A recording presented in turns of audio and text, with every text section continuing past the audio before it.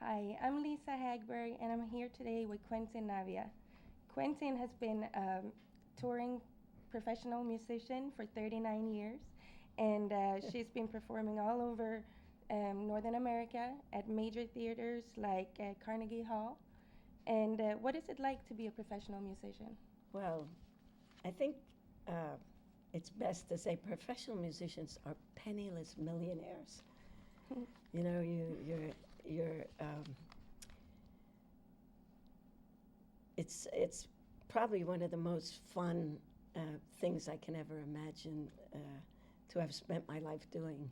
Adventure, you travel, you see, new impressions all the time.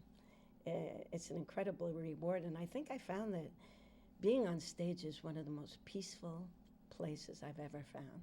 Oh, that's nice. Sometimes you hear people like Joe Montana or even George Foreman who get, you know, heavyweight champion. They say when they get in the ring, it's the most peaceful place. So Joe Montana will also say being quarterback, he felt the greatest peace. So I think when you find what you're born to do, you feel the happiest and the most peace doing it. Yeah, that makes sense. So, is there a big difference between being a performer or and being a musician? Yes. Hopefully you're good at both, but a musician, can be content to just play music. They can play music at the house, they can develop their craft, but a performer has to go an extra step and realize that there's an audience there and that he acknowledges the audience, he loves the audience, and he wants to kind of communicate to the audience the love of what he's doing. That's what makes a performer uh, uh, go an extra dimension than a musician. He's communicating that love, and the audience who has paid to see that performance receives it, is transformed by the joy they pick up from the musician, from the performer. A musician may be very critical on stage. He doesn't even acknowledge the audience. But a performer will never make a mistake. There are no mistakes Yeah. for performers. They always. You never forget the audience. So, how is life on the road? Like, do you miss your family? Do you miss home? Well, your family is whoever you take on the road. Yeah, that makes sense. Hopefully, you take your family on the road, and your home is really wherever you find yourself.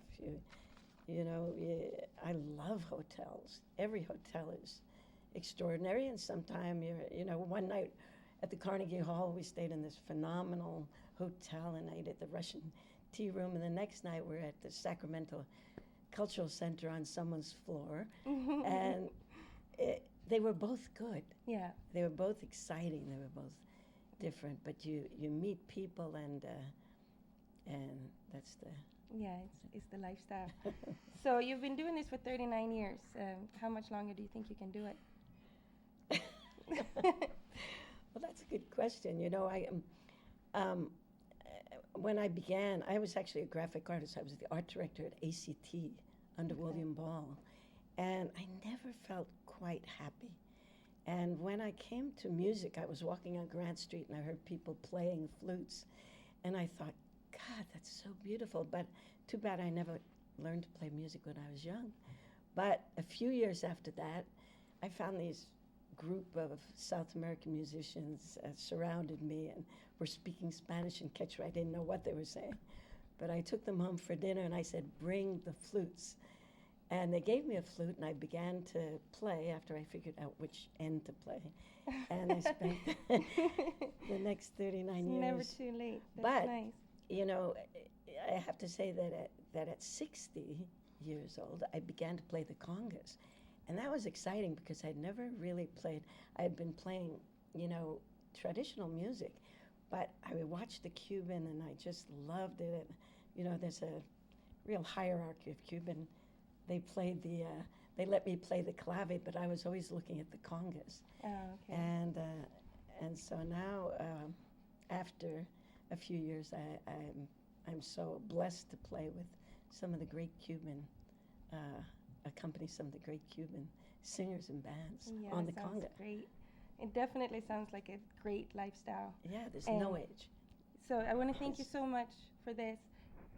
And you can find Quentin at Peña Pachamama in San Francisco. Thank you.